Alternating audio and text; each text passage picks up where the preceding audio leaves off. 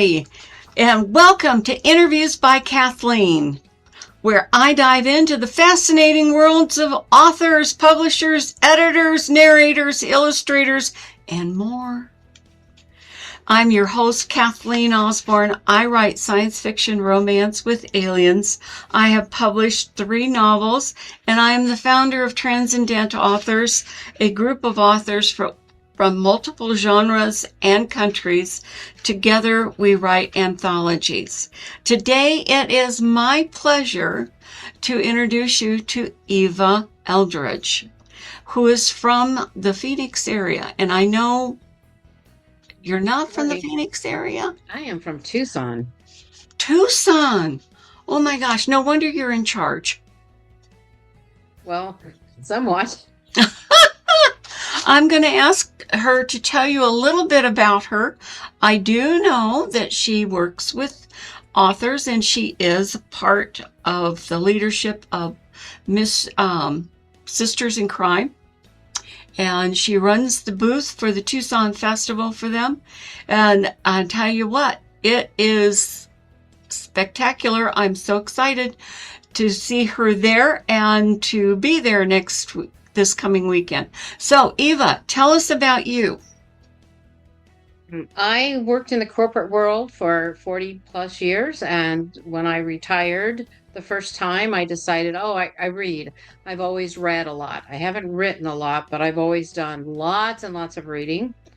I'm reading stuff, and it's like, I can write this. Well, turns out that it's hard to write fiction. It's not, I've written nonfiction, I've written research papers, and I've written newsletters and other stuff, but nonfiction is not fiction. So I started taking classes at our local community college, at Pima Community College here in Tucson, and I fell into an amazing writing program with amazing teachers. And I took classes. I took enough classes that I ended up earning an associate's degree. I already have a bachelor's, so I get the associate's degree afterwards in liberal arts, basically creative writing. And then I went back to work because you can't live on retirement, and worked for another 12 years. But in that time, I have been involved with the writing world in one way or the other. I attend lots of conferences. I take lots of classes. I write a lot. I am not really public. I'm published in a few things, but not much. But it turns out my strong point is looking at somebody else's story and saying, this isn't working, or, oh yeah, this is great, keep doing that. So my business now, 3 Sites 2 Author Services, is I usually try to help new authors either learn how to write. I do coaching, or I do straight up editing. I can do a little bit of promotional stuff. I can do formatting, and I just published More Trouble in Tucson, which is the Tucson Sisters in Crime newest anthology. So I curated, edited, and published it myself. Anyway, all the funds for that book go back to our chapter. I am the program director on the board for Tucson Sisters in Crime. So I'm in charge of getting amazing speakers to talk to us once a month. Everything's Zoom. I run this weekend, as Kathleen has mentioned, is the Tucson Festival of Books. It is the 3rd largest festival of books, weekend festival in the country. We get 130,000 people walking through during the weekend. It's pretty impressive. The mall is filled from one end to the other at the University of Arizona.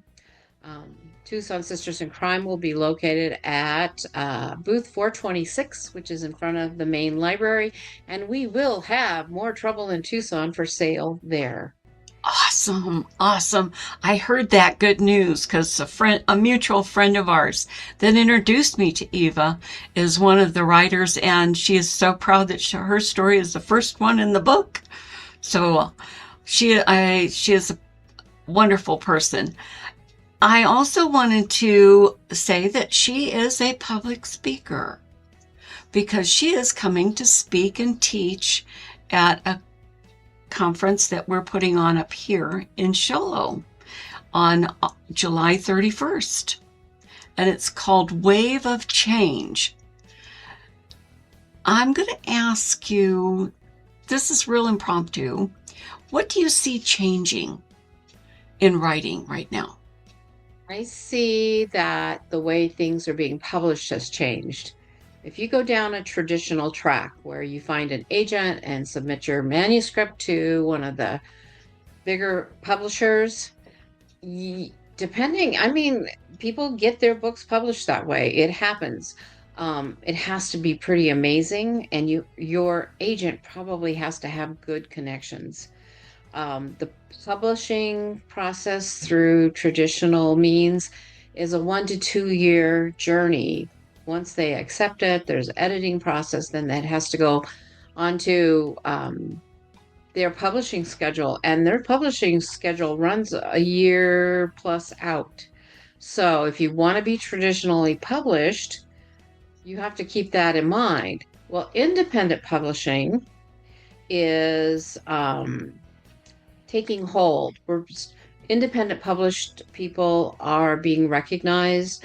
They're more accepted. Some of the big organizations like SFWA, which is Science Fiction Writers of America, they'll take you if you have X amount of dollars in sales in your science fiction and independent.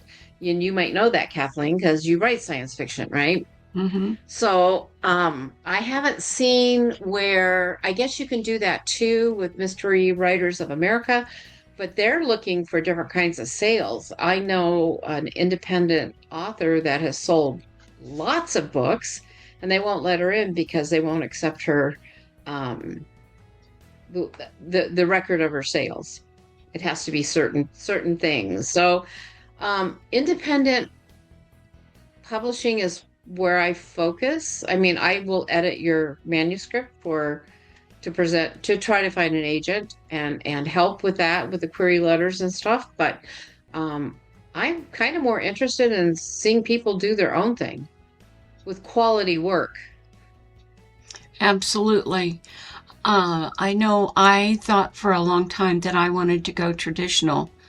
And after talking with several people, one of them, Paula, the person that introduced us,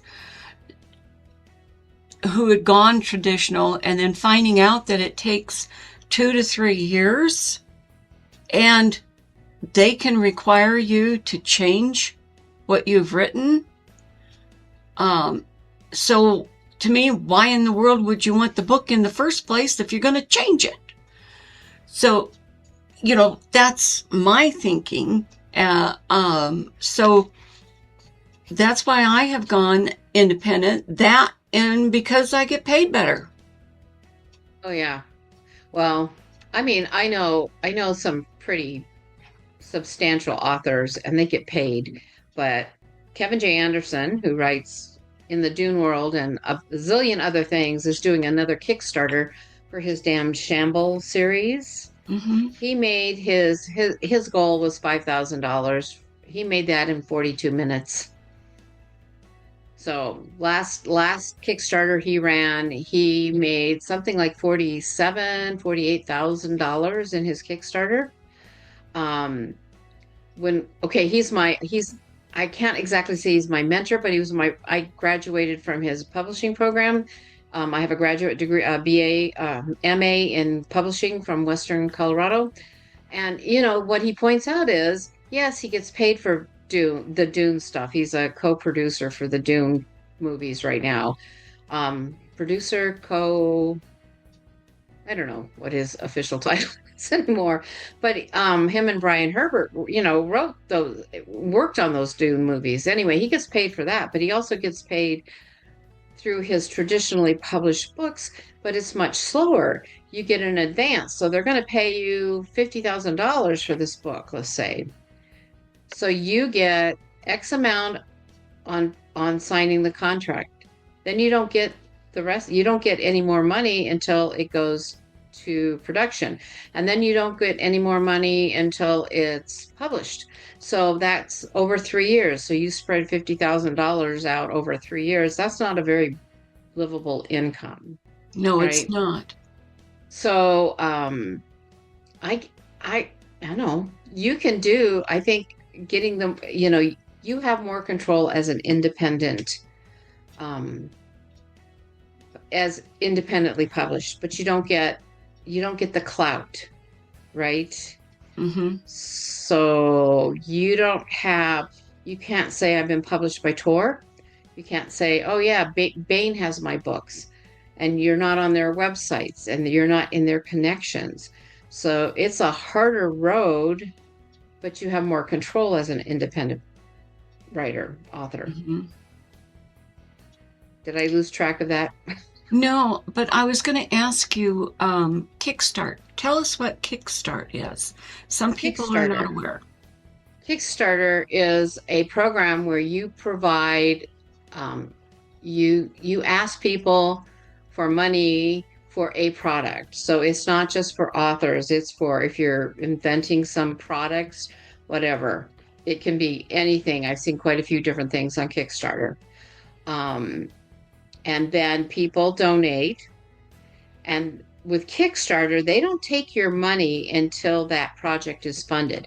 So if you're asking for $5,000, if the whoever, I'll use author, if the author's asking for $5,000 to publish his book and you donate, they give you levels to donate, just like everything else. You can, the $5 level and the $100 level. You donate your money. Kickstarter holds that information until that $5,000 level is met, and then they take your money. And you can still keep, you can still take donations. They take up until the end of the campaign. So the campaign will start one day, and in 2 weeks later, or a month later, or whatever you set up the campaign for. Kickstarter, of course, gets a chunk of that money.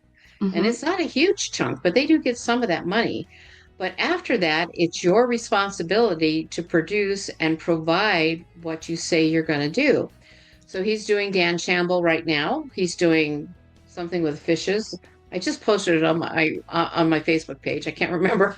But so he's already past that, and he's very, very professional. He provides everything he says he's going to in a very timely manner. People want books. So he has a bunch of people come to his house and actually ship out books to people that have supported the Kickstarter. So and he provides things. I mean, for Dan Shamble, he'll have an ebook. He might have an audiobook. And he has the trade paperback, which is the paperback version of the book. He might have a hardback copy. So those things take time to produce. So he has to have that. He did one with real, the sprayed edges, the real fancy the printed book.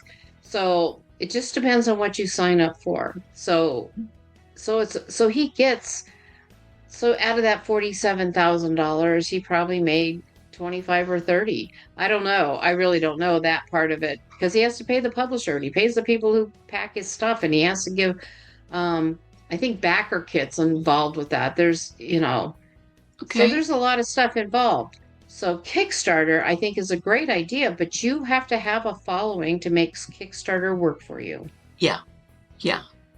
And you said that you also help people get established as authors. Right. I do coaching. So I've had people hand me their manuscript and ask me to edit it, and I read it, and it's like, I can't edit this. So basically I teach them how to write fiction. This is fiction oriented. I have a client right now. I'm working with her, and we're shaping up her novel, and then she'll have her choice of what she wants to do with it. Right. Yeah. The problem, with that client, I can see there's going to be, she doesn't have a following. I'm not sure she has a Facebook page or whatever. You need some kind of social media. Exactly. Whether you like it or not, you need it. Newsletters, that's an option. So these are things people need to think about. And if you don't want to do it yourself, you hire somebody else to do it for you. And they don't want to do that either. Yeah, well, that's because it costs money. And It most does people cost who are money. just starting as authors, they don't have any money. I Right. know when I started, I baked. I started baking because my characters went off and did things I didn't want them to do. And so I needed Okay. time away where I could just do something and not have to think. Baking, you don't have to. So I would bake and I would come up with a solution and come back. But the money I made paid for my editors. Right. And I worked like with somebody very similar to you because I hadn't had an English class for 50 years. Right. Well, what do you think? Me either. Yeah, But and I was a statistical analyst for 25 years, which right. kind of drums all the creativity out of you. Yes, ma'am. I understand that completely. Being a phone company engineer is kind of the same thing. Yep, yep. Yeah.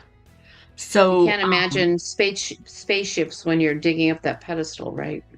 yeah, well, the reason that's getting off, we'll get into something else because, But it's part of the writing process. Even with what you're saying, people want to write, right? I mean, people have stories to tell. mhm. And you can put that down on paper, but that doesn't mean it's readable.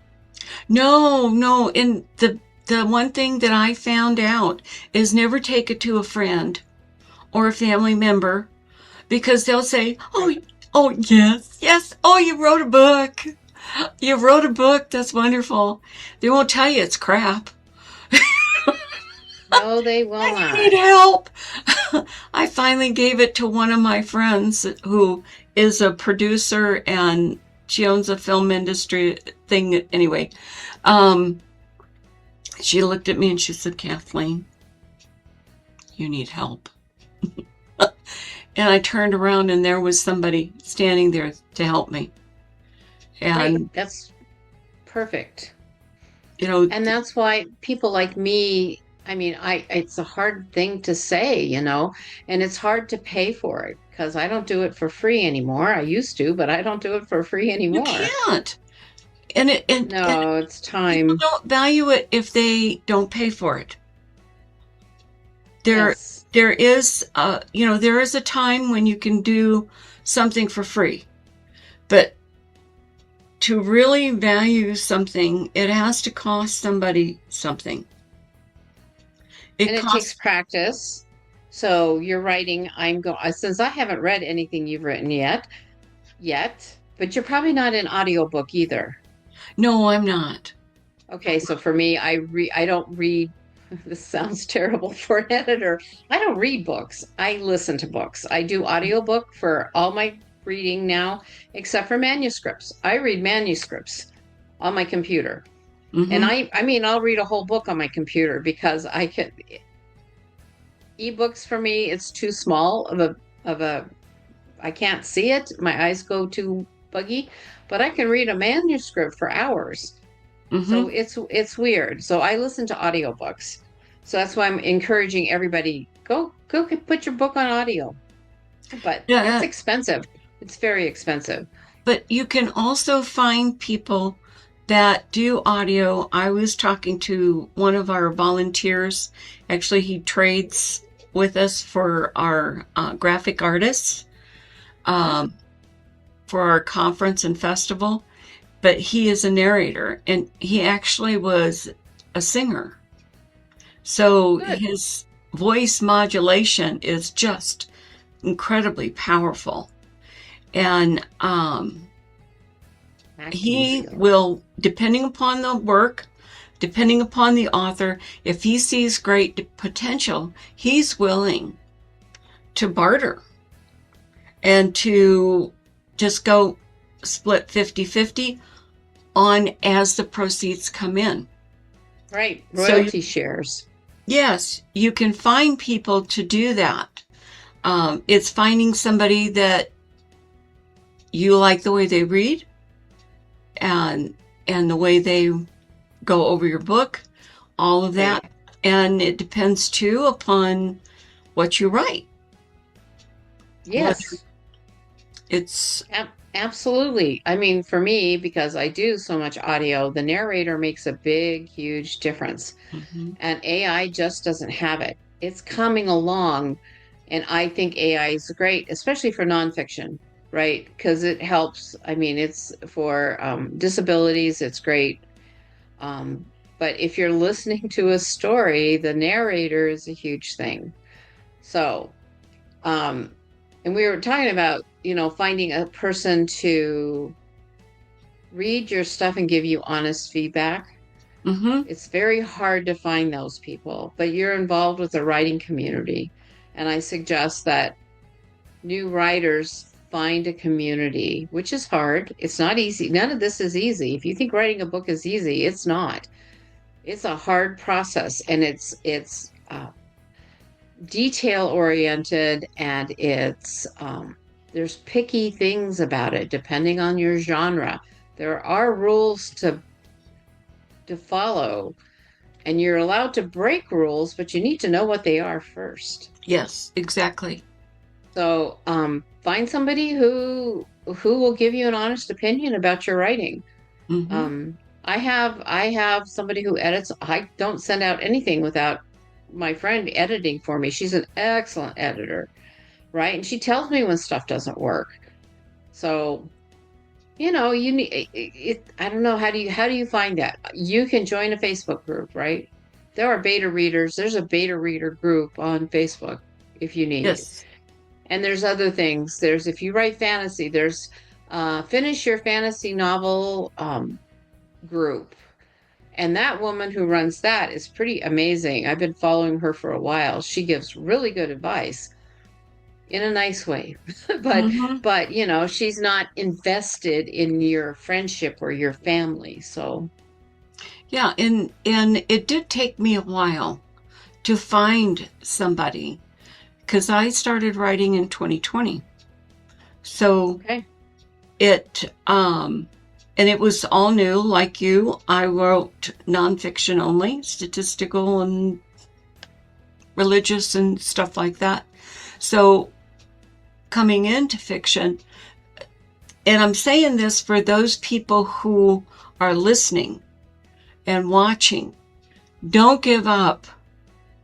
Keep looking, because you change, time changes the group also, the group dynamics.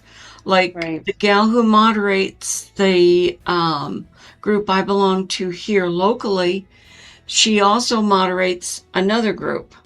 Now that one is heavy, heavy critique. And the one I belong to is more coaching. You can bring stuff for a deep critique, but it is not specialized in that. Then I belong to another group that is strictly,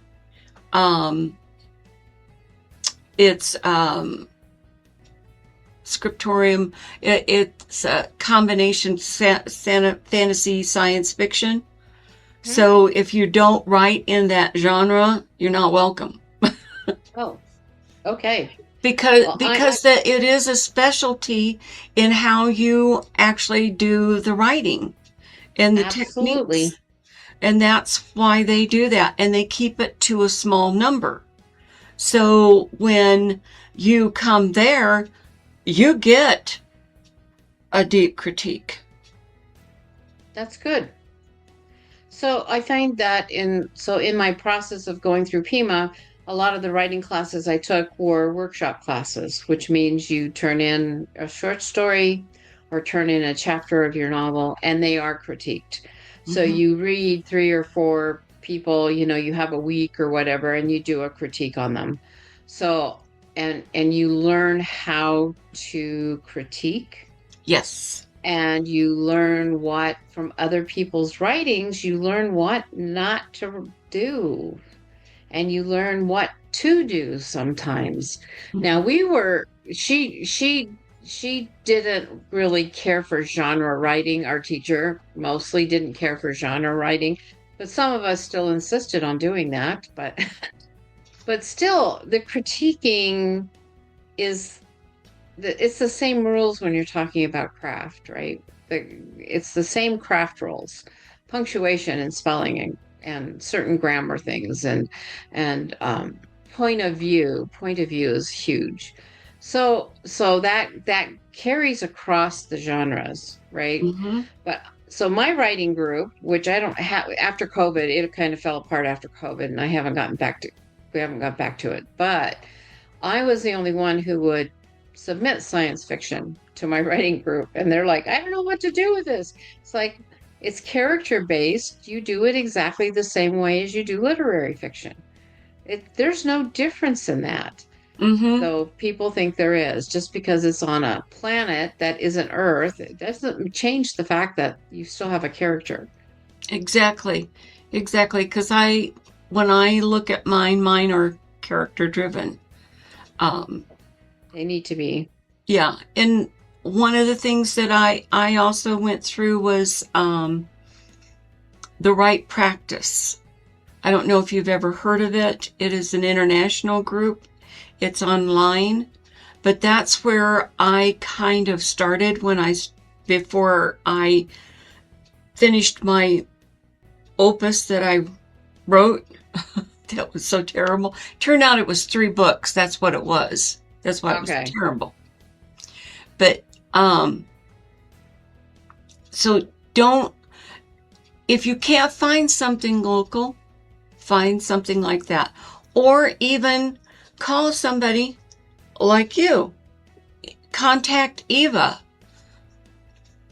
Right. The wonderful thing about today is we have Zoom. Yes. I do all my work through Zoom. And if you're afraid of Zoom, then I don't know what to tell you. Yeah, and record it. Well, I'm not recording my stuff with my clients at this point. If they want me to, I will. Most of it, I do share screen. Mm-hmm. I mean, because I've already, by the time we talk about what I've edited for them or what I'm working on with them, they have it in front of them and I have it in front of me. So we can actually talk about why this is a point of view shift, right? So I haven't recorded that, and I'm not sure. We do the Sisters in Crime ones, though, the Tucson Sisters in Crime, those are recorded. Mm-hmm. If the speaker lets us, so you can go back and listen. We've had, I don't know if you know who Lori Rader Day is. Mm-hmm. She's a strong mid-list mystery writer. She was just our latest speaker. We've had Kevin J. Anderson on, Mark Leslie Lefebvre. He writes horror, but he's really involved with Draft to Digital, and he did Kobo Writing Live. He's out there in the spectrum of publishing and writing. He's very well connected, and he knows his business, right? So I've had Jonathan Mayberry speak. Mm-hmm. He's a horror writer too, but he is an amazing writer. Yes. His words are, I read something and I'm going, oh my God, I want to write like that. Mm-hmm. So you can, listen. Sisters in Crime, the national organization, have webinars. They record them and you can go learn from them. I just did a book funnel webinar about reader magnets.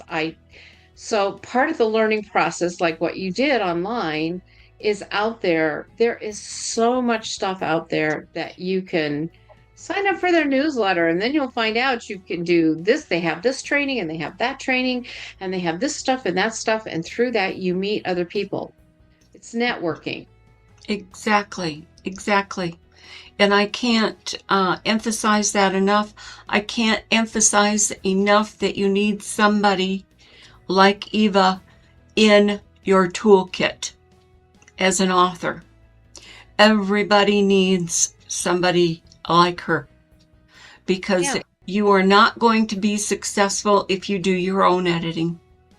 You are not going to be successful if you only listen to yourself. You need somebody who can be objective, and you need somebody who is willing to gently I call it the Oreo method. Give you something sweet, tell you the truth, give you something sweet. Right. You Well, know? my poor client, I try to be nice, and then I get to the point where I just have to I tell them this isn't working. This is wrong, which is kind of hard for an author to hear sometimes.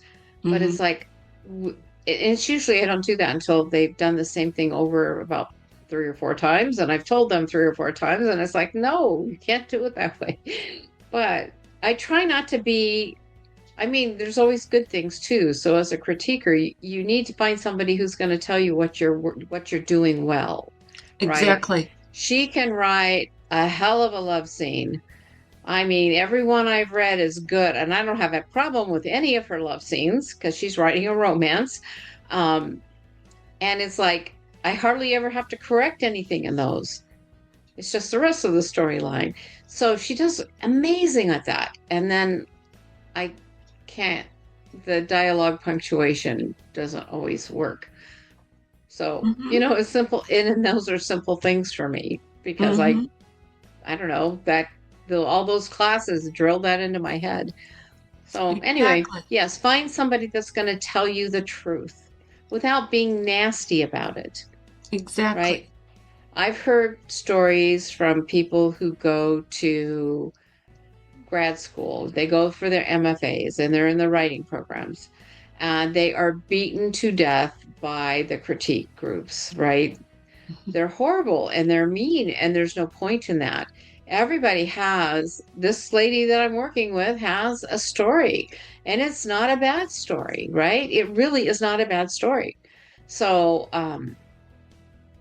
why can't we learn to, work with them? You need to work with somebody that can help you shape your story to make it better and help you learn the punctuation and the grammar and the point of view and all the so many little tiny things. It's like, it's better if you write it like this way and don't have, I want this, I want that, I did this, I did that, the laundry list of things that are all in one paragraph and the repeated words and all the little tiny things that we all deal with as an author, right? Mm-hmm. I'm trying to write something stupid and silly right now. I'm writing something totally off base right now. And when I go back and read it, and the first draft is okay. You can have all the crap you want in your first draft, right? Just Absolutely. get it down. It's so that when I go back to read it to catch up where I'm going, what the hell was I doing there? I have to change this. Uh-huh. Right. Anyway. Yeah, see, one of my biggest faults is I think I've got all the words there and they're in my head, but I skip a word Yes. Me because I too. can't type fast enough. I understand that too. I do that too. Yeah, It's in my head. My fingers just don't. Yeah. Emails exactly. too. I do that in emails and everything else too. So, Oh, yeah. Yeah, I do. I have to go back through. I look for all of that, but I know exactly what you're talking about when you talk about the criticism. When I was in school, the red pen was my enemy. I ended up not writing in high school as much as I wanted to. I didn't write at all, except for poetry, because then they couldn't judge it. right. So when I started writing elsewhere, it was a real challenge to get over that fear. I have no fear standing up in class. I had no fear. I could stand up and give any kind of report there was. But I couldn't write because there was no constructive criticism. And that is exactly what a good editor will give you, is constructive criticism. And that's Right. the minute you, like one of my editors at one time, she said, what I want you to do is create a chapter or create a file. And the things that we say aren't necessary right now because there's too much information. We only need one line of it. We're going to put the rest over here. so you don't lose it for a future book. Or to weave that information, instead of having it in an info dump, you're talking about info dumps, right? Mm-hmm. So you have a whole paragraph or 5 pages worth of information on the world building, or this gun, or the way this guy looks, or and his behaviors, whatever it may be. And you look at that and it's like, as a reader, when you read that kind of stuff, don't you just like skim over and then you just keep flipping the pages? So Nancy Kress is a science fiction writer. She's an amazing science fiction writer. She is a master of weaving her world building and character building into the story. So you get a line or two, and then you get more of the story. And then she weaves that information into the story. So maybe not on the first page, but you do know what's going on and what's building. And that's taking that info and putting it in the other file and then mining it and using that as a resource to build your story. Exactly. So don't think that it has to go to waste. Nope. It doesn't. It can be reused just like leftovers. Yeah. And improved. Sometimes you improve the leftovers. Exactly. Ladies and gentlemen, it's been such a pleasure being able to be in front of you and to have Eva here with us today. At the end, we're going to close up for now, but at the end there is going to be a slide with all of her contact information, so that you don't have to worry about trying to copy down what we're saying or anything else. You can just pause it and write it. And then there also will be a slide about things that are coming on in the White Mountains that I'm involved with. And I hope to see you next time with Kathleen's interviews. Thank you again for being here.